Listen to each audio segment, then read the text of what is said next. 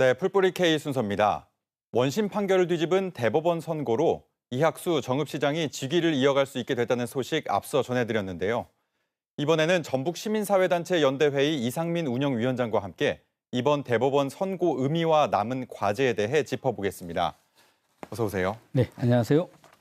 네, 이학수 정읍시장은 이미 1, 2심에서 당선 무효형인 벌금 1,000만 원을 선고받았기 때문에 대법원에서 이를 뒤집긴 쉽진 않겠다, 이런 예측이 나온 게 사실이거든요. 이번 판결 어떻게 보십니까? 네, 지금 말씀 주신 대로 상당히 좀 이례적인 결과라고 보여지고요. 특히나 이번 판결 결과를 제가 이제 법조인에게 좀 물어봤더니 네. 무죄 추정의 파기환송이다. 무죄 취지에 그러니까 이제 거의 이건 무죄라고 봐야 한다라고 하는 네네. 결과인데요. 특히나 이제 법리 적용에 있어서 허위사실 공표라고 하는 걸로 해서 벌금형을 내렸는데 그게 아니라 의견 표명인 거다라고 하는 결론이거든요. 네. 그러면 이제 의견 표명이라고 하는 것을 형사 처벌할 수 있느냐라고 하는 근거가 없기 때문에 이건 이제 무죄 취지라고 하는 대법원 결정이다, 이렇게 봐서 1, 2심의 명확한 당선 무효형과 달리 이런 결과가 나온 거에 대해서 지역사회에서도 예측하기 어려웠던 그런 사실로 보이고요. 특히나 이번 판례가 상당히 앞으로 허위사실 공표와 관련해서 사실은 상당히 좀 폭넓게 그런 주장과 의견을 인정해야 한다는 것으로 돼서 네. 앞으로 이제 선거에서 중요한 전환점이 되지는 않을까, 이런 생각도 해봅니다. 그런데 이제 검찰이 이학수 시장을 기소한 시점이 2년 전입니다. 그러니까 1심, 2심 대법원 판결까지 재판만 2년이란 시간이 걸린 건데 시간을 끌기 위해 중간에 변호인 해임과 선임을 반복하면서 재판 절차를 지연시켰다는 의혹을 받기도 했죠. 이 부분은 어떻게 보십니까? 통상적으로 이제 기소하는 기간까지 포함을 하면 네. 보통 이제 2년 반이 걸렸다고 봐야 될 것 같은데요. 네네.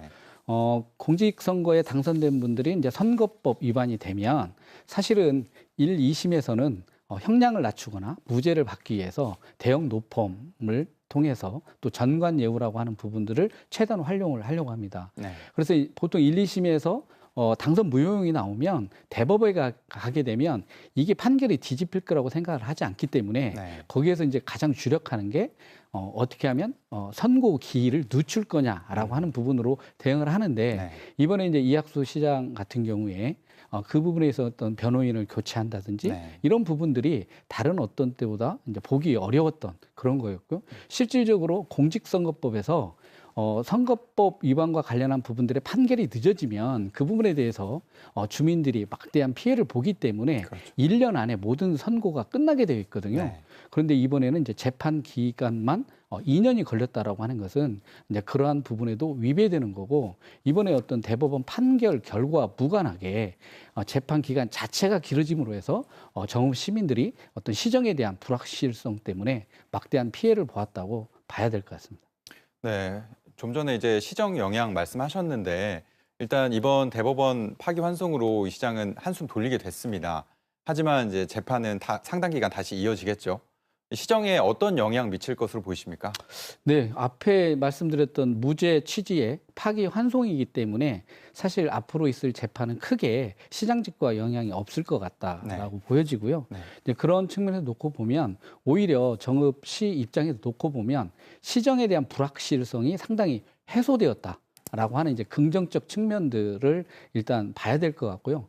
그럼에도 불구하고 어떤 2년 반이라고 하는 장기간 동안에 시정 운영이 상당히 불확실한 상황 속에서 왔기 때문에 그동안의 어떤 시정 운영이라고 하는 게 정상적으로 이루어지긴 어려웠을 것이다 라고 하는 부분 때문에 어떤 재판에 대한 이후의 과정들은 사실 크게 제가 볼 때는 법조인의 어떤 말대로 크게 작용은 안 할 것 같고요. 앞으로 이런 진곡을 겪었던 어떤 시정의 문제를 어떻게 회복하느냐라고 하는 부분들이 보다 중요하게 필요할 것 같습니다.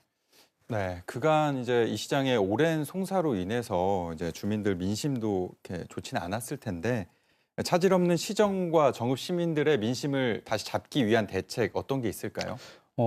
먼저 이제 이렇게 장기간에 어떤 시정이 표류할 수밖에 없었던 그건 시장의 과실인 거죠. 선거법 위반 위반이라고 하는 걸로 기소됐기 때문에 이 부분에 대해서 시민들에게 사과하는 게 먼저겠고요. 네. 두 번째는 그러면 시정과 어떤 공직사에 대한 쇄신 방안을 제대로 좀 제시를 하면서 어떻게 변화된 시정을 이끌어갈 건가라고 하는 거고요. 세 번째는 시민들이 체감할 수 있는 정책에 대한 이런 부분들, 특히나 내년도 예산을 지금 편성하고 있을 텐데요. 이 부분이 제대로 어떤 시정에 대한 비전을 제시할 수 있는 과정으로 만들어야 그동안 선거법 관련한 기소로 인해서 피해를 입었던 시민들에게 그나마 조금이라도 사죄하는 과정이 되지 않을까 생각을 합니다. 네, 이 정읍 시의 경우에는 이 시장을 포함해서 민선 6, 7, 8기 연속으로 전현직 시장 3명이 기소되는 불명예를 안게 됐습니다. 앞으로 이런 불상사를 막기 위해서는 어떤 노력이 필요하다고 보십니까?